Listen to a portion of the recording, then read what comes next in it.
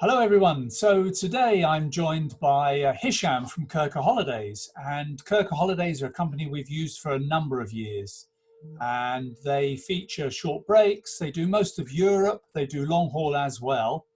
And really we just want to chew over the travel industry as it stands at the moment, and perhaps talk about we will talk about next year's positivity.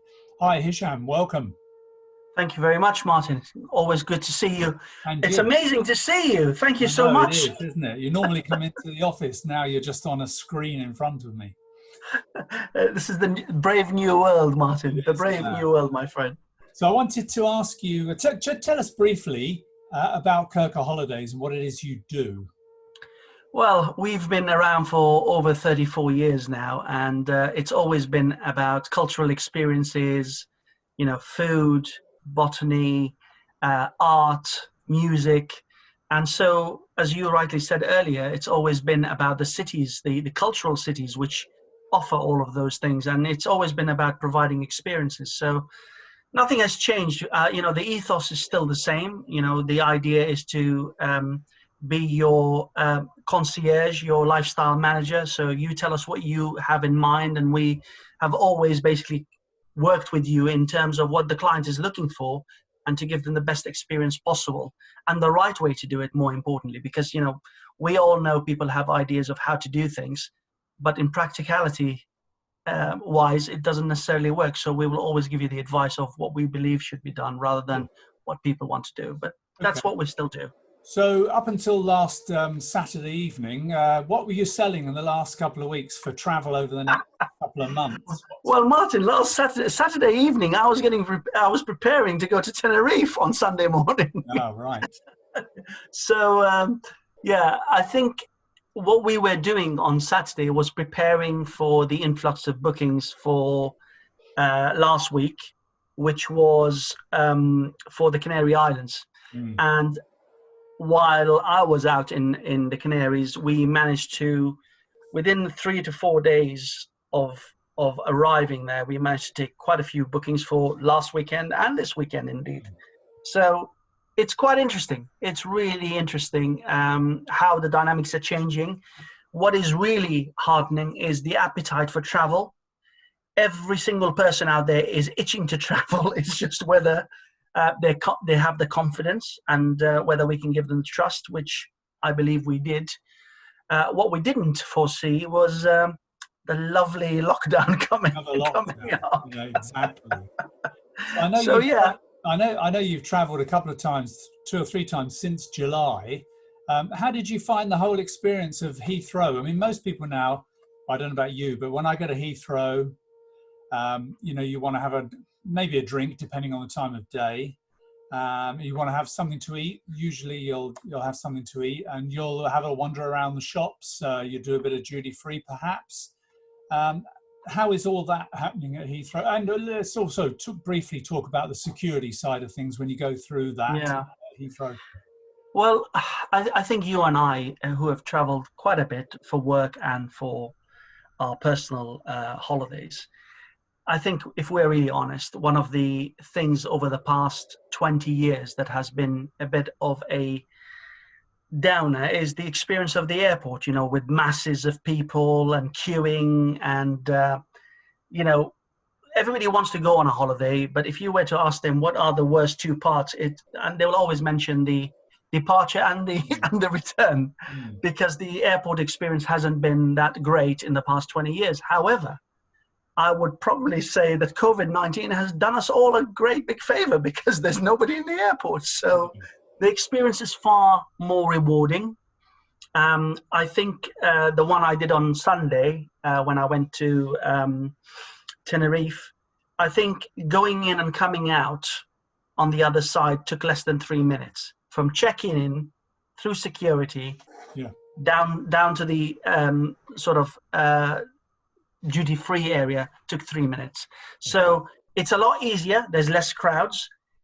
Everybody's wearing their masks. So the experience now in the airports is that everybody, when you're in the building and when you're on the flight all the way through, the mask has to be on. The only time you're exempt from that is when you're seated to eat, to drink, or to just basically sit down. The moment you sit down, you find a seat, you're allowed to take your mask off, obviously with social distancing between the seats, and you'll find that there's signs everywhere for the seats to break it up so people are not on top of each other.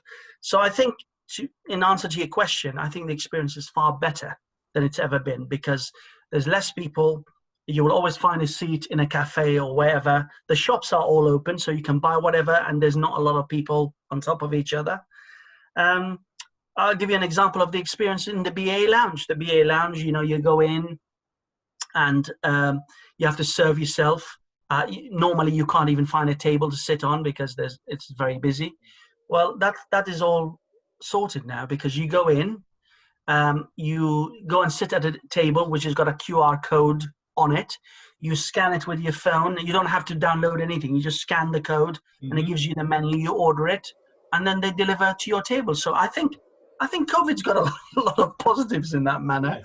No, So no. you're gaining more time, more interaction with people, even though at the social distancing pace. Even on the flight, Yeah, I was the gonna say, flight. tell me about the flight. How do airlines like BA deal with the social distancing? I mean, do they try and seat people with a gap in between them? No, you're not. If you're in business, of course, yes. But if you're not, they will. If the flight is empty, the idea is that try and get seated wherever you can without mixing with others. Yeah. Which, to be honest, most of the flights are at the moment. Even though the capacity is less, you would expect more people. There are not that many people on the flights. I mean, the one I came back on from Tenerife was a quarter full. So again, I was seated with a couple of colleagues who I traveled with. And in fact, when we got on board, half the seats were empty. So I just basically moved so I could do some work on my laptop. So that experience is, they can't really put distances between each other. But what they have done is that everybody on the flight is now with a mask. You have to have the mask on for the whole duration. The only time you're allowed to take it off is when you're eating or when you're drinking. So you're allowed to do that. And there's a plus on BA now. They give you a snack and a bottle of water. And in fact, on the Tenerife one, they gave us 2 snacks and two bottles of water. So I think there's a lot to be said about it. The other thing that is really very civilized for me, which I really have disliked for the past 2-3 years, is that when you're going on board the flight, everybody rushes the moment they say, economy or group A, B, or C. Everybody flexes their elbows out and everybody's trying to get on board before each other. Well, actually, that doesn't happen now. It's very civilized. It's like the good old days. You board from the back forward. So they will say, row 30 to row 25, can you come board? And then when you're gone on board, nobody's allowed to stand in the aisles. They don't want anybody taking sort of suitcases on board. They'll give you that choice to just load it in the hold, so that nobody stands around the aisles. They don't want anybody doing that to block anything. And they start from the back going forward. And then when you land, you start from the front to the back. And I think that is a very positive thing. And I hope that when things do move on from this, that they can continue implementing this, because it's a civilized way to travel. Sure. No, it is. So we've covered security. What about washrooms on the aircraft? I mean, everybody's occasionally has too much water and needs to rush to the washroom. Are you allowed to do that? You're allowed to do that. However, they don't want anybody queuing. So the old, again, queuing so when the light goes green, you can get up and go. If the light is red and, you might be able to stand, behind. They'll allow one person to wait for the next person to come out, but they don't want queues, because that just stops people from breathing on other people. Okay. And arrival at your foreign destination. Let's talk about, I know you went to Venice, and I want to talk briefly about that. So when you arrive at Marco Polo Airport, normally you walk down that walkway, don't you, down to the water buses and water taxis. What's the deal now from getting off the aircraft? Yeah, the new terminal obviously has that walkway, which is with elevators, and you just walk. It's used to be a 10-minute walk. Now you can do it in 5 minutes because the elevators. Okay. That's closed. So what they want now is they don't want people in the terminal too long. The moment you come out, You have to then exit the terminal, and then from there you walk under the new walkway out in the open air, and then you walk towards your transfer or towards the vaporetto or whatever it is you want to call it. Yeah. We had a great experience because when we landed, our transfer was waiting for us. You know, the lady was there with the board. We came out. Just as we walked out of the terminal, there's the porter's department. She took our luggage, gave it to the porters. They then rushed off to our boat. We then meandered over there. And when we arrived, our private boat was there. We jumped in and we then left. But on the private boat, you've got sanitizers and you've got everything, and you're allowed to open the roof and all of that. So in terms of having somebody waiting there for you, it's far better, because we saw a lot of people queuing up.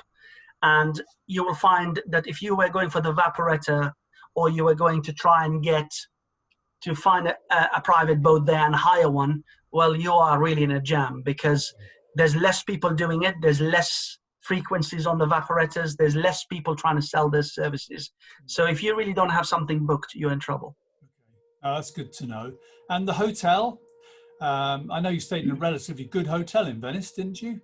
I did. I stayed at the Londra, which is one of our favorites. And it was, to be honest, it's really interesting how all the hotels are being very creative. You know, all the hotels have got the same strategies. Whether you go to France, you go to Italy, you go to the Canaries, they cannot allow the room to be used by anyone once it's been sprayed properly. Once it's sprayed, they have to put a tag. It's almost like a seal, a government approval seal, to say it's been sprayed and it's now, you know, COVID-free, if you like. And the only person allowed into those rooms are the clients. Unlike before, where the porter would come in, put your luggage, you're not allowed to do that anymore. The porter will leave your luggage outside the door, spray it, and then you can come and take your luggage inside. So they don't want anybody in the rooms apart from the clients. Okay. So that's rule number one. So as I was saying, creativity. The Londra, what they had was, when we arrived, I mean, I know them and they're friends of ours, but again, it felt a bit weird, because when they offered me the key, they offered it to me in a glass jar. And in the glass jar, they'd already sprayed the key, covered it. And so when they hand it over to you, they're opening the seal, and then you just pick up your key. So you're the first person to pick it up. Yeah. It was interesting because in France was a bit different. What they had done in most hotels in France, and for example in the Canaries, they've taken away all the little booklets, and you find in your room, you find little things to order from a room service or a bar or massages. None of that is available anymore, because what they've replaced it with is with QR codes everywhere. So again, when you get into your room, if you want to order something, you scan it and then you order it and then they deliver it. Because what they don't want is people touching things and leaving it behind, and then that way you can transmit it. Yeah. The other thing that they also do is that, because there's little capacity in the hotels, they're not on full capacity. What they're doing is, if let's say I check out today, that room that they're gonna clean, they don't just clean it and spray it and whatever and then pass it to the next one. They actually leave it for 24 hours. So it will not be given to anybody else until the 48th hour. Okay. So in that sense, it breathes, it cleans. Yes. That was that particular hotel, or most all of them? All of them. They all do the same. They all do the same. Okay. What about any health screening when you arrive at those hotels, or let's say when you arrive at Venice Airport, or even Nice? Yes. Where have you been? Have you encountered that? Yes, they all have temperature checks. They all have temperature checks, and in the hotels as well now. So when you arrive, they take your temperature to make sure that you're okay, you're negative on that sense. And the Canaries was exactly the same. When I went to France, they had the temperature checks, but they were only doing them in the airports. They weren't doing them in the hotels, but I presume that's all changed now. Yeah. Okay. Oh, that's good to know. So, and when you were out and about in these resorts, did you feel it was busy?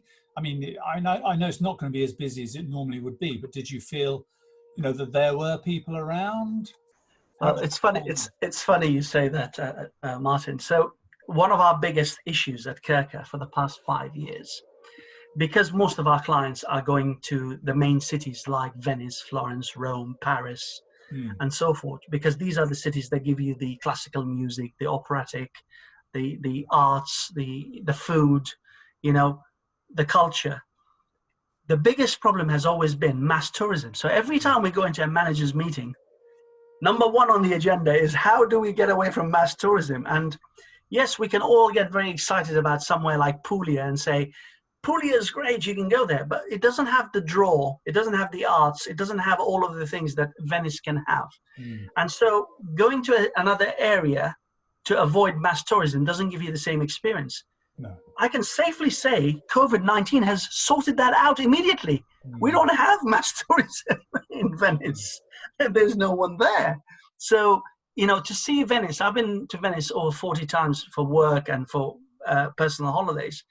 To go to Venice and not see any cruise clients walking in with their selfies and pushing you away, for it to be empty was, I don't think I'll ever have that experience again. I think, you know, when we get out of all of this, it would be a missed opportunity if people don't go now, because you're never going to see Venice like this again. Sure. I met our grand handler over there, and he's a lovely man, Roberto. And Roberto's father used to run the company before him. And he says, he was telling me a story about his father. And the story was that when he used to go to school with his father, they lived in the Lido and they used to come to Venice. They would come down on the first stop on the Vaporetta and they would walk all the way down to the office or to the school.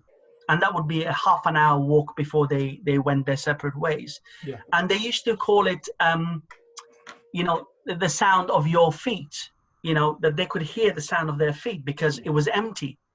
And that has not happened for the past 20 years. And he was saying how lovely it is for the Venetians to regain their city.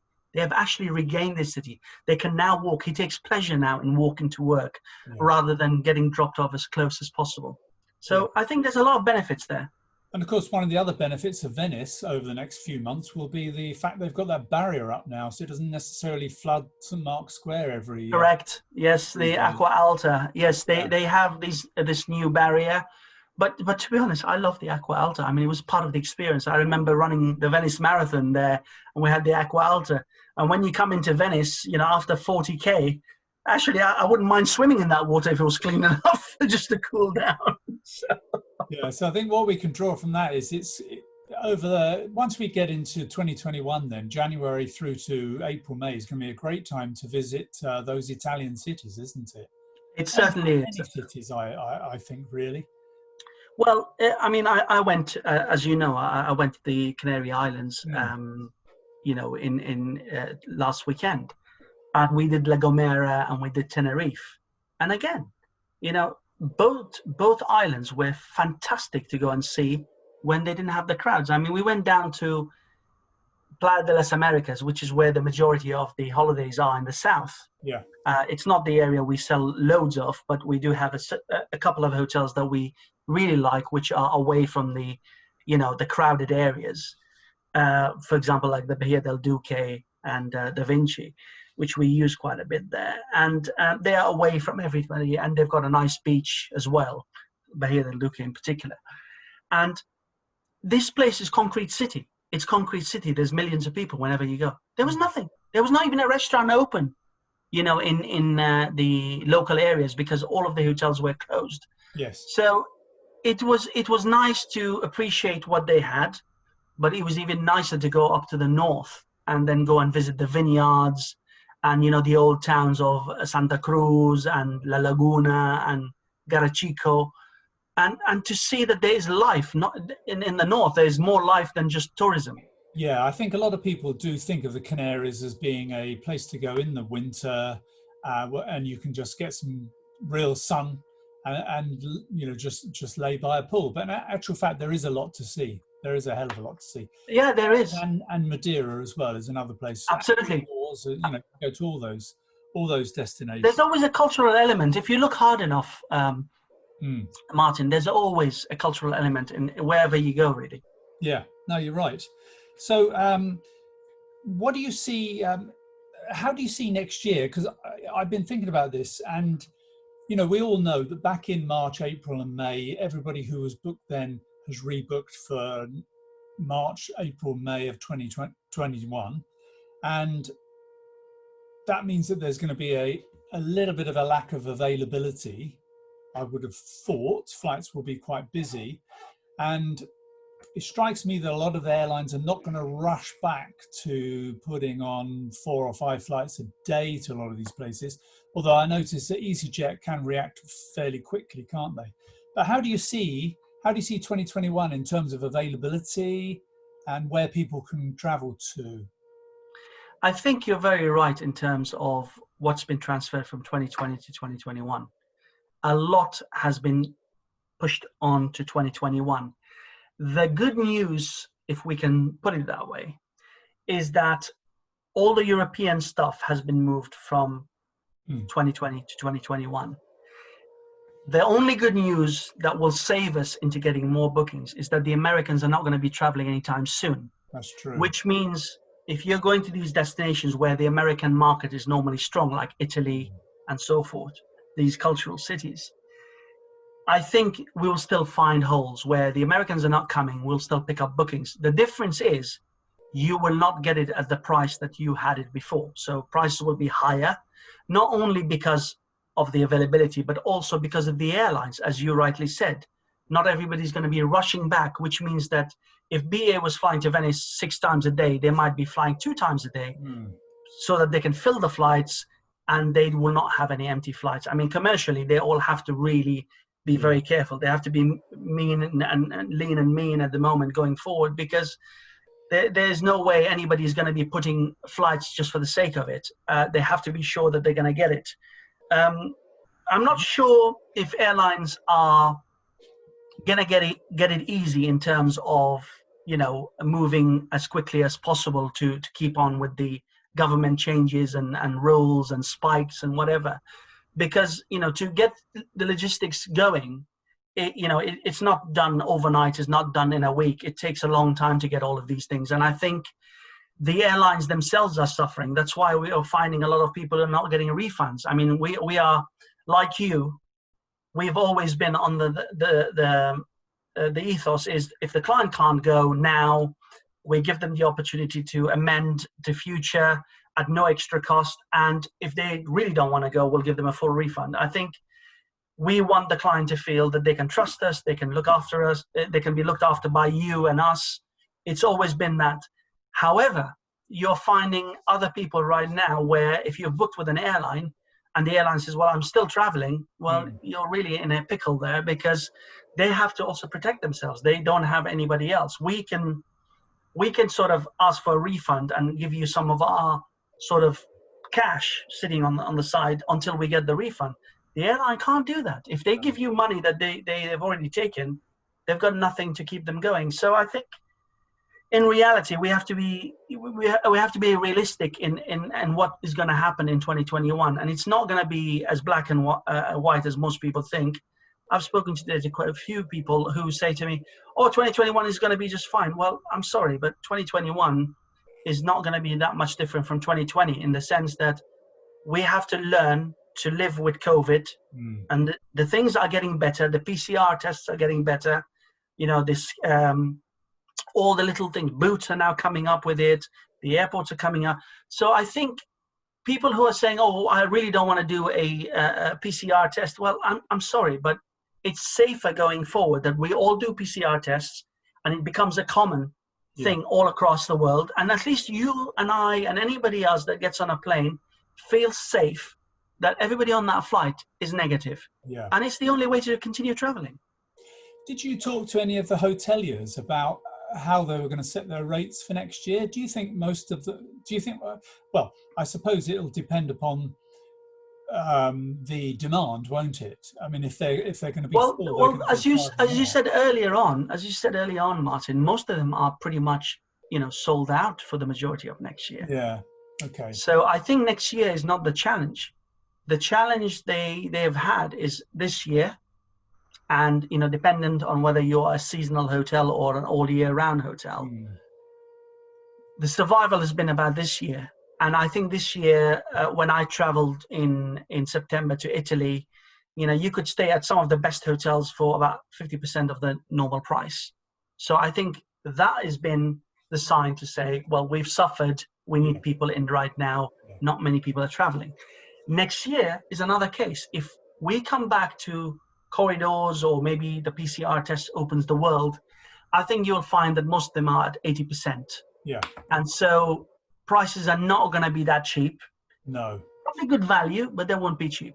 Interestingly, I saw a stat recently, and I mean, it may have changed, and it probably will change, but I think it was on atoll renewals, which, as you know, for those who don't, every tour operator has to have an atoll license in order to operate and sell holidays to the public. And all those major players were taking an atoll license for half the capacity of what they had bonded for in 2019. So that kind of Correct. tells you that people in the trade are not expecting as many holidays to be sold. So, if I'm really honest, Martin, I think the trade is going to reset. Look, you and I have seen this over the years. In the past 10 years, there's been a lot of people with the .coms, obviously, a lot of online companies. Anybody can become a travel agent, a tour operator. People just wake up one day after 40 years in bricklaying. They wake up in the morning, they decide, I'm going to become a travel agent, and they can sell their services. I think what's going to happen going forward is that this is going to separate the real professionals from the people who don't really have the knowledge, the capacity, the backing, the financial stability. There's going to be a lot of people out there who are not going to be able to survive. And that is not a bad thing for the consumer, nor for you and me. It just means that we're going to go back to good old customer service, where people look after their clients, make sure that they look after every point of their holiday, before, during, and after, which is what we used to be in the old days. Nowadays, it's all about price. It's all led by the internet. I think this is going to reset all of that. And I think what it's going to do is, of course, it's not going to be in the good old days in terms of what we used to do. It's different now. We're in 2020, 2021, and we do things differently. And the services that we provide, I mean, would you have ever thought that you would be filling in forms for your clients to print boarding passes and all of those things? These are all new things that we are doing. It's a bit more personal. We are becoming more concierge service to your client. Sure. And I think these people, yourself and us, and people like us, will be able to survive because of the knowledge they have, because of the experience they have, because of the stability they have. So I think it's not a bad thing. I think there's going to be a big reset. The apple that was like this, that shrunk to this, is going to probably go back somewhere along halfway, and everybody's going to be able to do business.